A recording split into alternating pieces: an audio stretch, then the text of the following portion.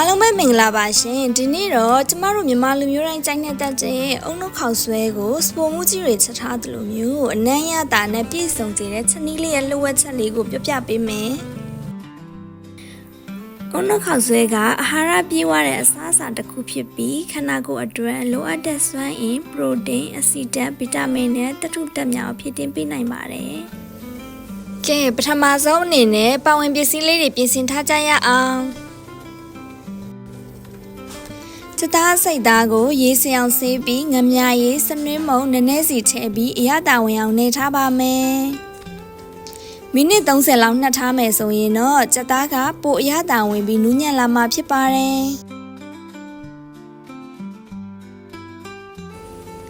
ချက်သားလေးစီတက်ဖို့အတွက်ချက်သွန်ဖြူ9တက်ချက်သွန်အနီ3လုံးချင်းအနှဲငယ်ရောပြီးတော့ကြိတ်ပေးထားပါမယ်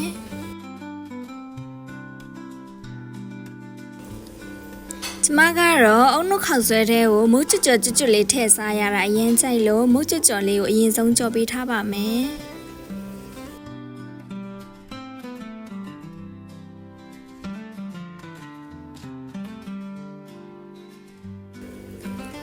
ချက်သားလေးစီတက်ဖို့အတွက်အိုးထဲကိုစီထည့်ပါမယ်စီပူလာရင်တော့စနွှဲမုံအနှဲငယ်နဲ့ကြိတ်ထားတဲ့ချက်သွန်ဖြူနီချင်းတို့ကိုထည့်ပြီးရွှေရောင်တန်းလာတဲ့အထိစီတက်ပါမယ်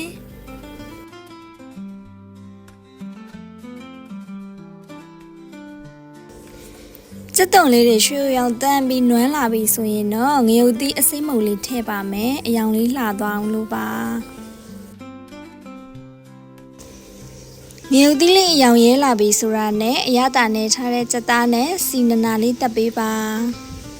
ဒီလိုစီတက်ပေးတာကအုံနှုတ်ရေကိုမှုေးစီပြီးအရသာပိုပြည့်စုံစေပါတယ်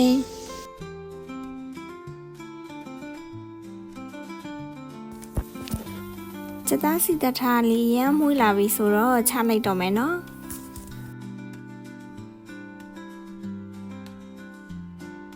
အုံနှုတ်ခေါက်ဆွဲရည်လေးပြည့်နှစ်စေဖို့အတွက်ပဲစိတ်မုတ်ကိုရေနှဲငယ်နဲ့ဖြောပြီးအခဲလေးတွေကြေးသွားတဲ့အထိသေချာမှုေးပေးပါ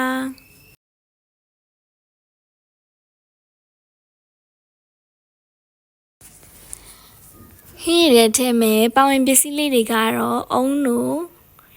ဖြောထားသောပဲစိမ်းရည်စီတက်ထားတဲ့ချက်သား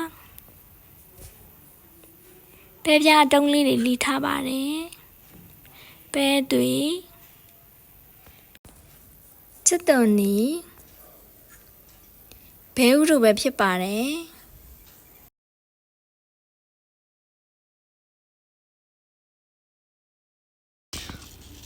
အုံနှုတ်ခေါက်ဆွဲဟင်းရည်ချက်ဖို့အတွက်ကိုစားခြင်းတလောက်ရေကိုအိုးထဲထည့်ပြီးတော့စူအောင်တည်ထားပါမယ်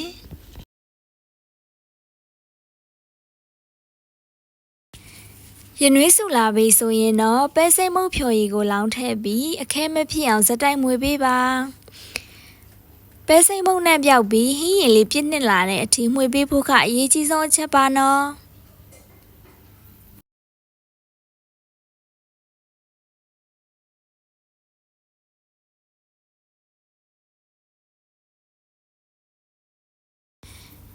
ဟင်းလေးပြစ်လာပြီဆိုတော့စီတက်ထားတဲ့ချက်သားလေးကိုထည့်လိုက်ပါမယ်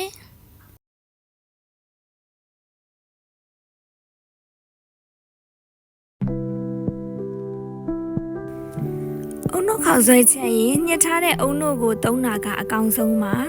ဒါမှသာအုံနှုတ်ရဲ့သဘာဝချုံမြိန်တဲ့အရသာနဲ့မူရနှံ့ကိုအပြည့်အဝရရှိစေမှာဖြစ်ပါတယ်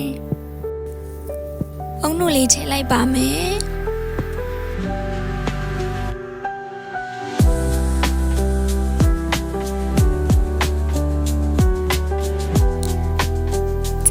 တော့အချုံမုံမစားတဲ့အတွက်ကြောင့်ချက်သွန်အနီလေးကိုများများထည့်ပေးပါတယ်အုံနှုတ်နဲ့လေးတင်းလာပြီးဟင်းရည်လေးပြည့်နှစ်လာပြီးဆိုရင်တော့အရသာမြည်ကြည့်ပြီးတော့လိုအပ်တာတွေထပ်ပြည့်နိုင်ပါတယ်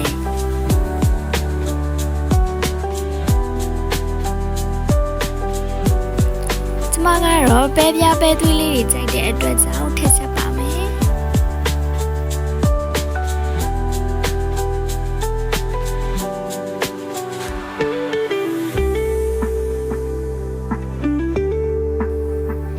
ဘဲဥလေးလည်းထည့်ပါမယ်နော်